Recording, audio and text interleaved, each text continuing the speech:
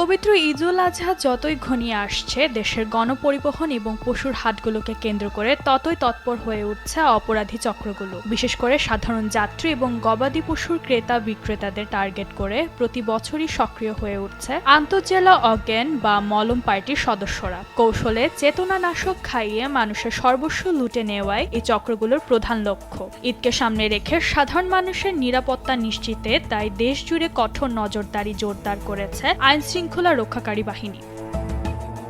এরই ধারাবাহিকতায় মাদারীপুরে বিশেষ অভিযান চালিয়ে আন্তঃজেলা অজ্ঞান পার্টির ৩ সক্রিয় সদস্যকে গ্রেফতার করেছে জেলা গোয়েন্দা শাখা। ২৩ মে মাদারীপুর পুলিশ সুপারের কার্যালয়ে এক সংবাদ সম্মেলনে এ তথ্য জানান অতিরিক্ত পুলিশ সুপার ফারিয়া রফিক ভাবনা। আপনারা জানেন, আসন্ন পবিত্র ঈদুল আজহা উপলক্ষে আমাদের জেলা পুলিশ সুপার মোহাম্মদ হাবিবুর রহমান স্যারের নির্দেশনায় আমাদের জেলা পুলিশ এবং জেলা গোয়েন্দা শাখার অভিযান অব্যাহত আছে।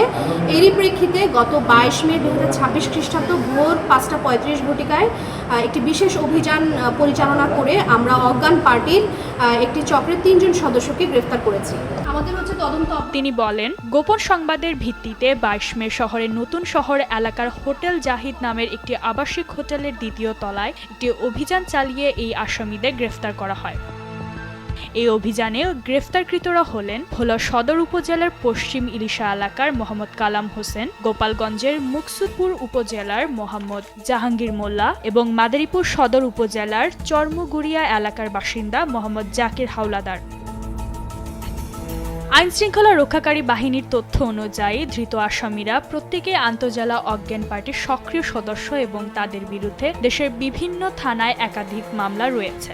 এর মধ্যে কালাম হোসেনের বিরুদ্ধে ৯টি, জাহাঙ্গীর মোল্লার বিরুদ্ধে ৭টি এবং জাকির হাওলাদারের বিরুদ্ধে ৪টি মামলা রয়েছে।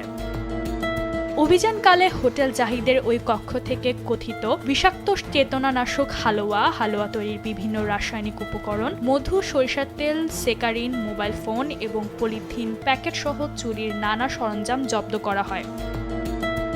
প্রাথমিক জিজ্ঞাসাবাদে আসামির স্বীকারোক্তিতে জানা যায়, দেশের বিভিন্ন বাস ও হাটে যাত্রী ব্যবসায়ীদের সাথে সখ্যতা গড়ে তুলত চক্রটি। পরে কৌশলে চেতনানাশক মিশ্রিত হালুয়া খাইয়ে অজ্ঞান করে সর্বস্ব লুটে নিত তারা। বিশেষ করে এবার আসন্ন ঈদে পশুর হাটে আসা ক্রেতা এবং পরিবহনের যাত্রীদের অজ্ঞান করে বড় ধরনের একটি চুরির পরিকল্পনা ছিল তাদের। এ ঘটনায় মাদারীপুর সদর মডেল থানায় ৩২৮, ৩৭৯, ৫১১ এবং ৩৪ ধারায় একটি মামলা দায়ের করেছে পুলিশ। আমরা জেলা পুলিশ তাদেরকে আমরা অ্যারেস্ট করার পরপরই আমরা তাদের বিরুদ্ধে নিয়মিত মামলা রুজু করি এবং আইনগত প্রক্রিয়া আমাদের অব্যাহত আছে। আমরা তাদেরকে গ্রেফতার করেছি, আমরা তাদেরকে কোর্টে খুব শীঘ্রই প্রেরণ করছি।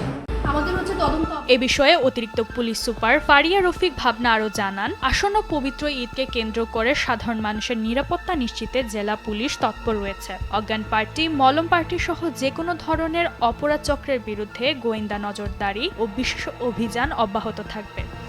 নিউজ ডেস্ক, দেশ টিভি।